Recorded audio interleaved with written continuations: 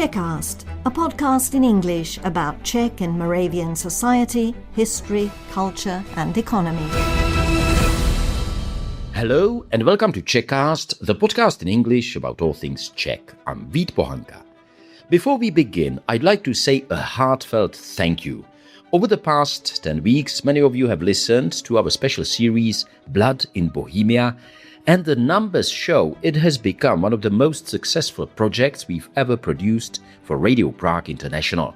So thank you for coming along on that rather bloody journey through Czech history with me and my colleague, and I dare say my friend Rob Cameron. The good news is that we are already thinking about what comes next.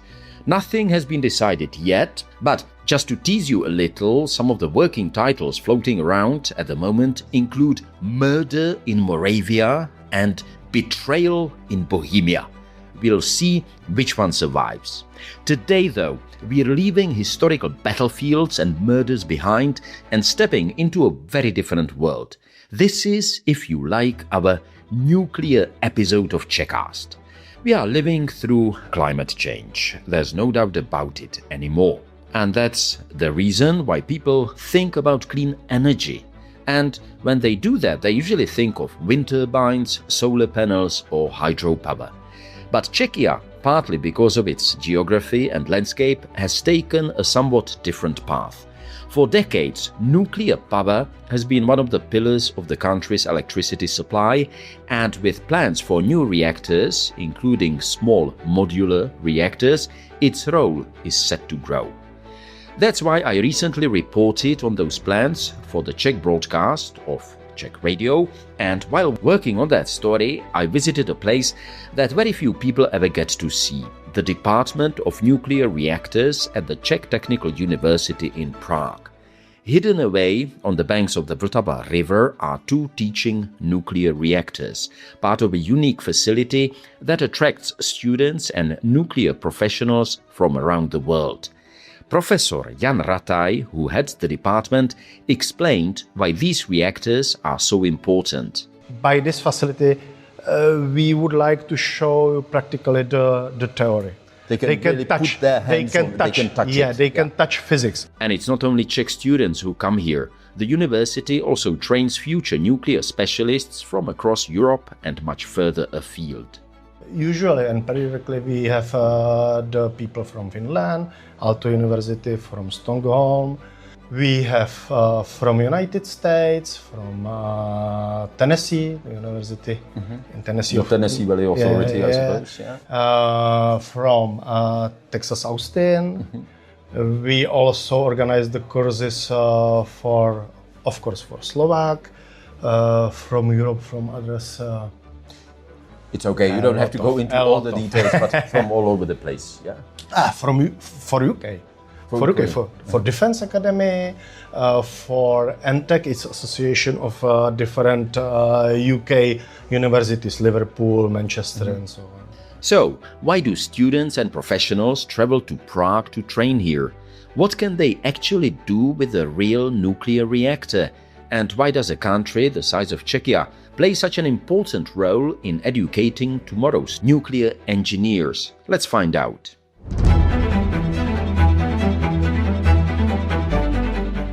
Czechast, a podcast in English about all things Czech.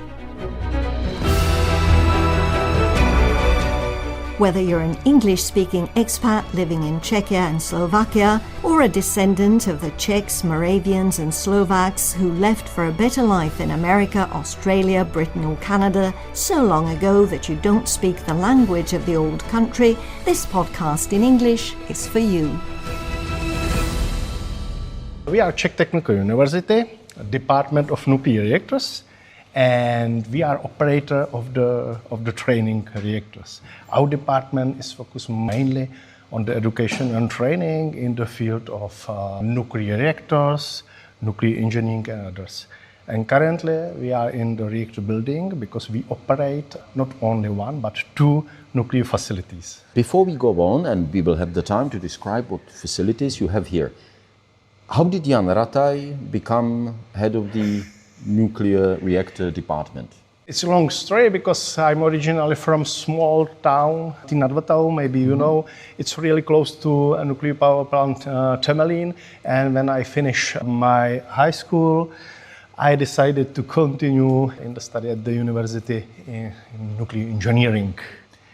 And I decided to study Faculty of Nuclear Sciences and Physical Engineering at Czech Technical University. And my choice was Department of Nuclear Reactors. And I started at the department as a student, and I used during my study this nice facility, and I stayed here. This is for audio, this is for podcast. So if you were to describe, what have we got here? Maybe we can go close, Yeah, let's because walk it's around. much more Yeah, better. definitely. I would like to show you exactly. This is, we can say this is old one reactor, because as I said, we have two nuclear reactors, two nuclear facilities. This is old one. The old one, it means the construction started in 1985. And for the first time, we reached the criticality in 1990 on December 3rd. It's nice because it was just one day after the Fermi first nuclear reactors and first fission, sustainable fission. The anniversary process. of that, yeah. When was that? Just Which year was it? It was 1942. 1942, yeah. But we are just one day. one day. And few years, of course, after. And since 1990, this facility is in operation. And what is really nice that the design, it's Czech design, because it was designed by Škoda Nuclear Machinery, and design was made exactly for the education and training purposes to prepare the future experts for the Czech nuclear program or originally Czechoslovakia nuclear program. You know, when you mentioned that, when they started, thinking about this in 1985, still under communism, but already by then we had Dukovany was already operational. Yeah. I think Dukovany, the first unit was already in operation in 1985. So I'm just wondering, if you need that for training of experts, where did the Czechs train? In the Soviet Union, or where did they go? Yeah. Very often they have been in Soviet Union, in research institute, everywhere, and at that time, we had already the research reactors in a research institute in Rzesz. In Rzesz, but in Rzesz, the power of reactor was higher. It means it was several megawatts, and this type of the reactor is more suitable for the research.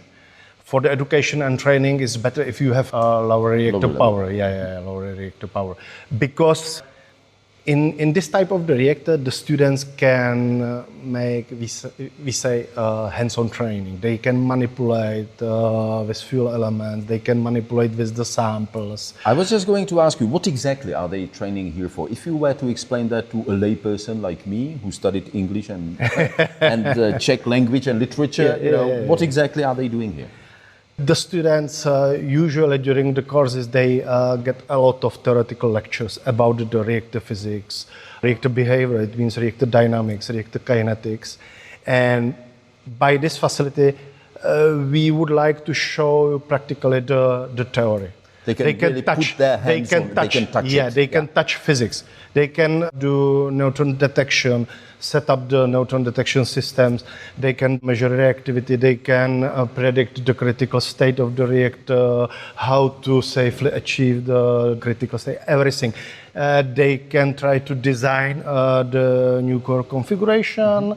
And during the experiment, they can assemble the new core configuration, how to do it, how to measure during the assembling of the core configuration and everything. Let's say they can test everything. And also they can control the reactor. They can operate.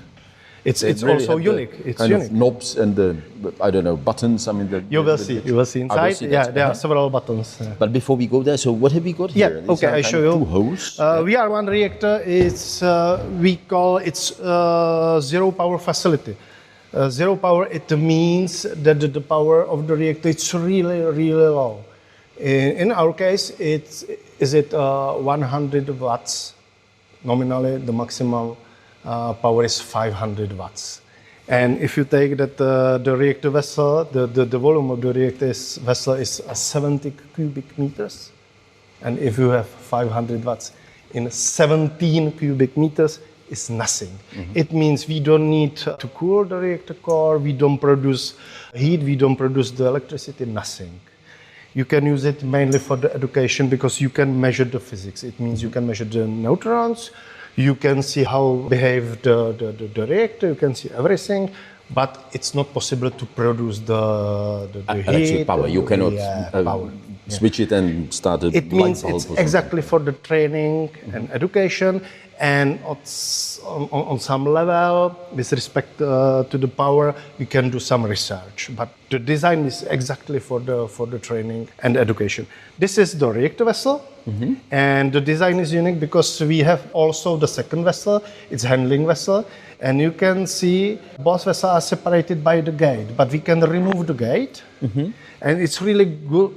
It's really good design because it's due to radiation protection. Because if we would like to change the core configuration and remove some fuel assemblies, you can remove it under the water. Right.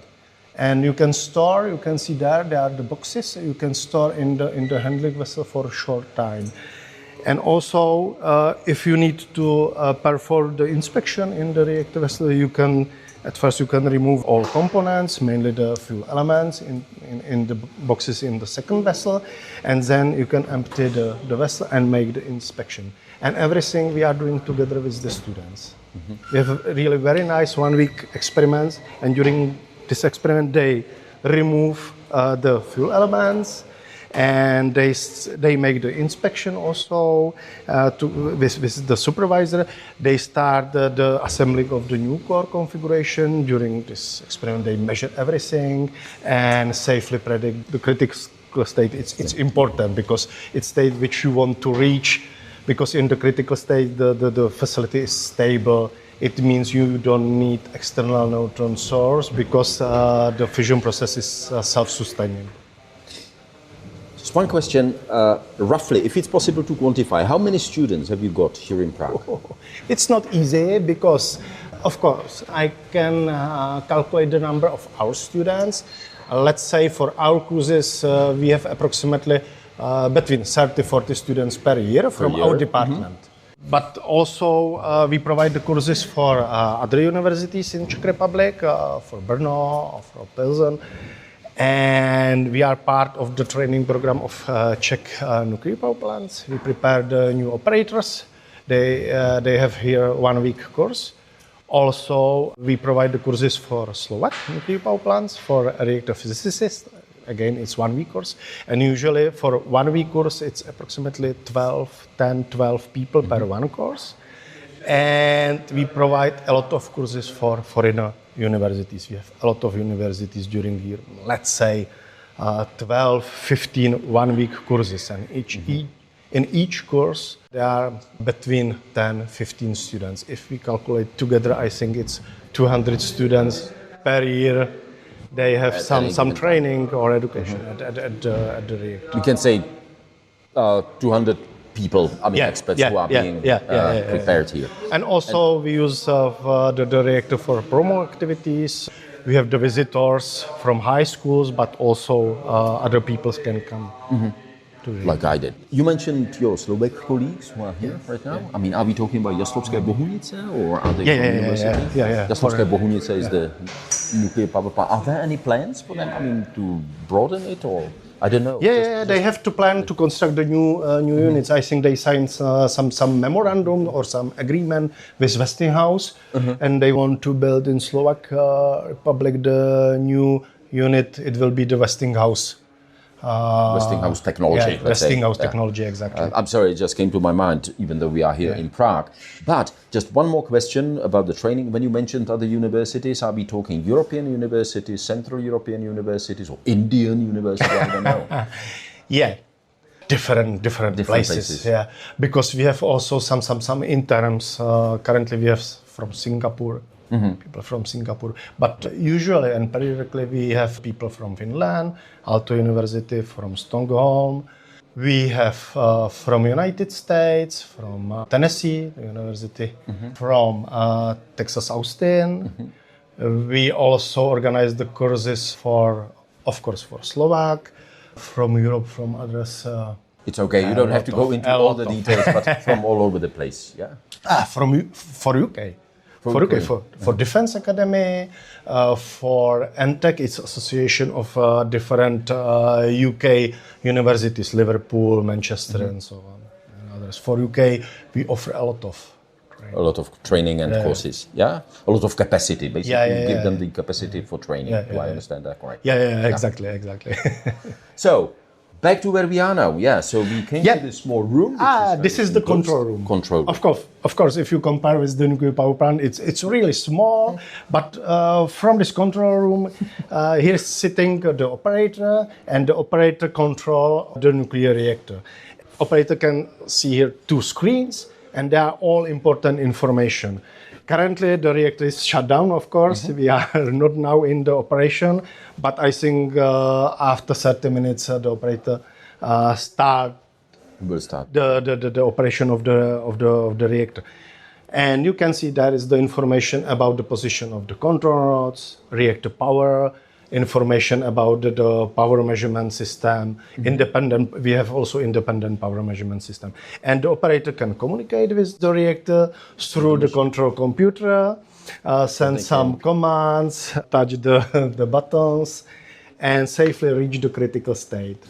And when the operators reach the critical state, he can remove the external neutron source, and that's the important state, because in the critical state, the reactor is in self-sustained regime and self-sustained fission process.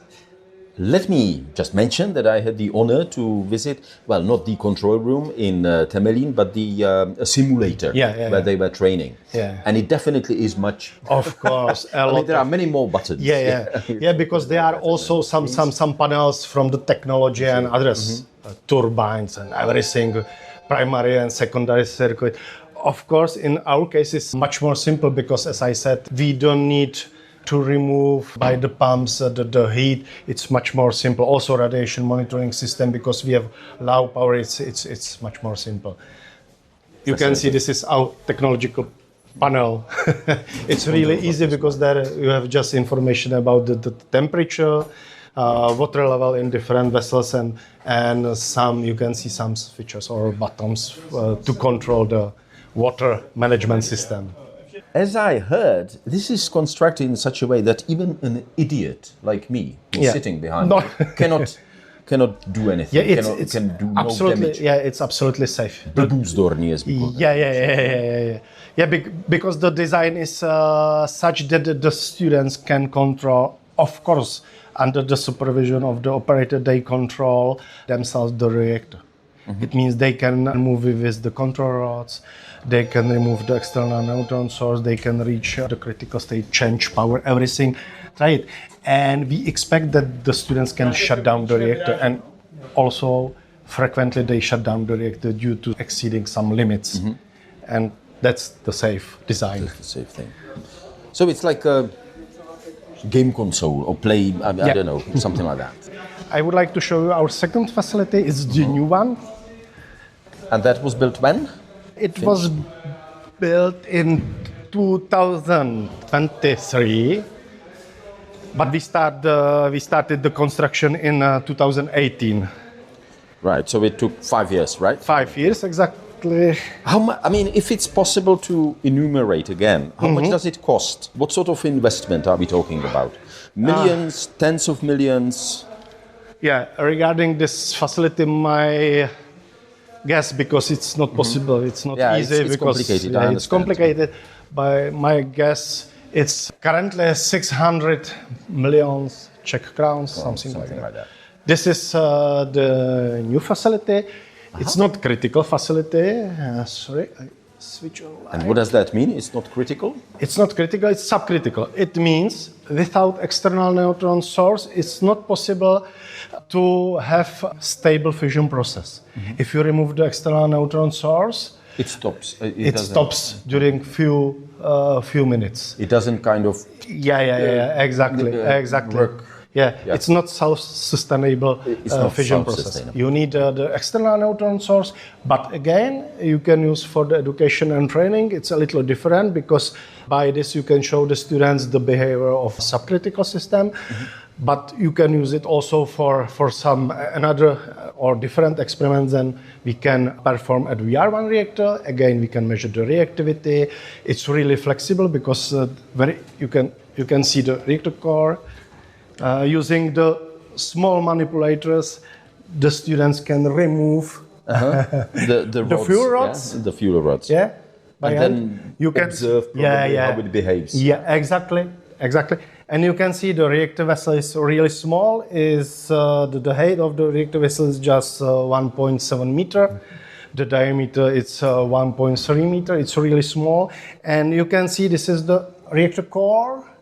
And we can remove the whole reactor core, and very quickly we can change the core configuration. We can change the lattice because, for example, in Western nuclear reactors they use the square lattice, and in Eastern nuclear reactors they use the hexagonal lattice. It's different. We can show the students what is the effect on the multiplication if there is some difference.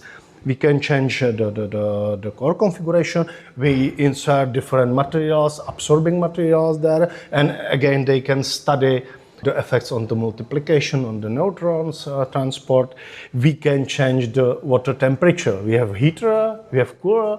We can, in wide range, we can change the temperature from 4 degrees Celsius up to 50 degrees Celsius. And of course, because the fuel is expensive, you would like to use the fuel as much as possible. As possible. As effectively, I would say. Of course. Is there some nuclear waste from these? No, these two because reactors? both reactors are, this is subcritical and the second one is critical, but zero power. We have no spent fuel. We can say that we have slightly irradiated fuel. It means currently we use, in VR1 reactor, we use the fuel already 20 years. And it's still physically, let's say, fresh. You don't spend uranium. And it's also advantage of this type of the reactor because you don't need to have the spent fuel storage. You don't need to buy the new fresh fuel. It means the operation of such kind of the reactor, it's much more cheaper than others. But of course, there is the limitation due to research, because if you want to make some material research, or if you want to produce the radioisotopes for industry, for medical purposes, you need high power. Like, for example, in the research institute in Czech, because they operate 10 megawatts. I was just going to ask you, because you mentioned that Czech already had a nuclear reactor before the Czech Technical University. Again, a very late question. Why was it needed to, have a new reactor when there was already one in Czech? Yeah, because in Czech it's a high power reactor, and this type of the reactor, the design is mainly for the research and isotopes production. But for the training and education, it's really limited because you cannot do the hands-on training to manipulate with the elements, to insert the detectors you cannot inside. Play with it exactly. As much as you can play with this one. How far is Řeš from here? Sorry, just by train, 20 minutes. 20 minutes. It's really close. We have very good cooperation, and also they supervise our students regarding for example, the diploma thesis on. And just to explain, Řeš is the kind of research institute which was started after Second World War. I don't know when the name. The institute was established in 1955 because at the same time, also our faculty has been established. Maybe some another interesting things we have here. I said that the design of the VR1 reactor was mainly for the education and training, but we use also for research. One equipment we can use for the research is this is the horizontal channel. Horizontal channel provides you the neutron beam, and you can work with the neutron beam outside the reactor core, outside the shield of the reactor, and you can use it for different purposes. For the irradiation of some samples, you can study based on the neutron activation analysis. You can study the composition of the materials. again, it's broad possibilities where you can use it, neutron activation analysis. But you can use it also for neutron imaging. Because if you irradiate the samples, you can study what is inside.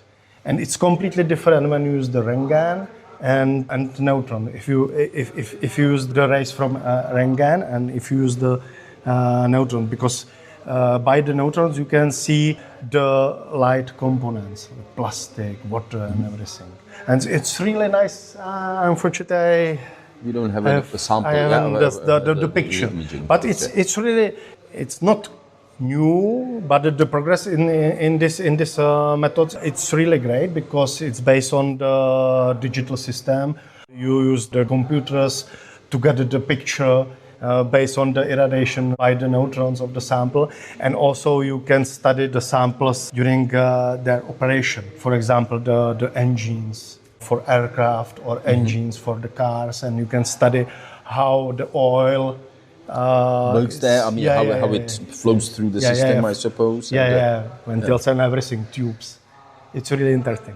I really have just one last question, but before I get to that, I think we need to clarify something. You mentioned Škoda before.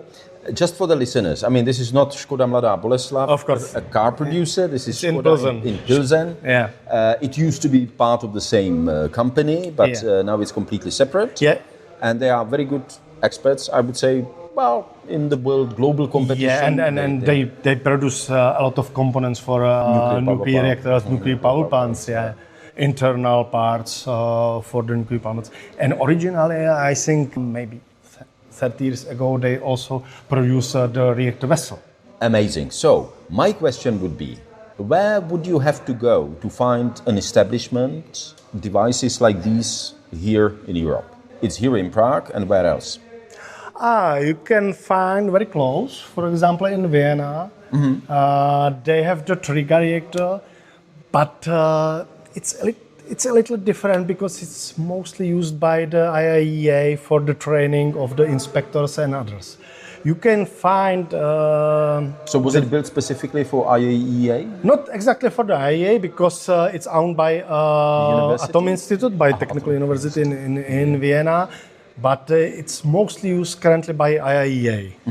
It's not so much used by the university, but you know what is the relation to the nuclear in Austria, of course, it's different. But you can find similar training reactors also in Hungary and in Slovenia. But regarding the utilization, we are on the top level because we are used from several universities around the world. And you can see that currently nobody start the construction of such kind of the reactors just for the training because it's expensive. It's there is no business, no big business, and usually they start the construction of some big research reactors with big power for the material testing or radioisotopes production. But without being kind of falsely or obligatory patriotic or something, it's good that Czechs have this facility. Definitely. It's very good. Yeah, definitely. Yeah, because also the colleagues from Slovak, they said us they needed such kind of the facility because it's really important. And also guys from UK, it's also interesting because in UK they have no training reactor for the preparation of the personnel, for the education, the students. They have just the nuclear reactors for the army. Right. Why is that? Because I mean they because as I said, it's expensive to operate such kind of a facility. You need the people to keep the program, to establish the external, everything around it. Yeah. Also in France, they stopped. I think 7 years ago, they also stopped the reactor, which has been used just for the training and education. It's incredible. So why did they stop that? Because it was expensive? Because of budgetary? Due to economy. And what about the Finns? It comes to my mind. Finland is one of the countries. They also shut down they had the trigger reactor, mainly because it was 250 kilowatts. It was also low power, and they also shut down the reactor because it was expensive to operate the reactor. And I think we are unique. And the students from Finland, they are coming. They are coming here. I think the really important, if you want to establish nuclear program, if you want to operate the nuclear power plants, if you want to have nuclear research, it's really important to have some training facility. It's not important if you have the critical facility, like we are one reactor, but definitely it's necessary to have some nuclear facility to show the students how works the reactor physics, what is the behavior of the reactors, to measure something. Because if you have just the theoretical lecture, you cannot to do the mistakes, how to fix the mistakes. It's important, I think. It's really for hands-on training. Yeah, hands-on training, it's definitely important for everybody, not only for the students, but also for the personnel.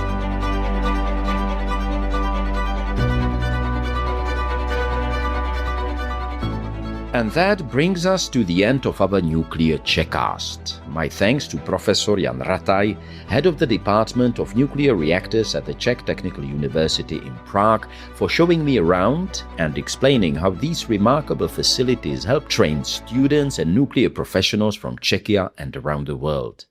If you enjoyed this episode or any other episode of Czechast, please remember to follow the podcast wherever you get your podcasts, share it with your friends, and if you think it's worth it, recommend it to someone who might enjoy it too.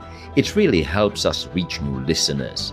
Once again, thank you for the wonderful response to Blood in Bohemia. We'll keep you posted about what comes next, whether it turns out to be murder in Moravia, betrayal in Bohemia, or something entirely different. This episode of Czechast was produced and presented by me, Vít Pohanka. Thank you for listening, stay curious, stay safe and stay healthy, and as we say in Czech, naslyšenou.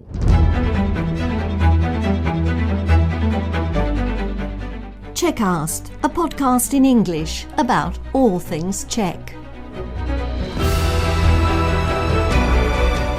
Whether you're an English-speaking expat living in Czechia and Slovakia, or a descendant of the Czechs, Moravians and Slovaks who left for a better life in America, Australia, Britain or Canada so long ago that you don't speak the language of the old country, this podcast in English is for you.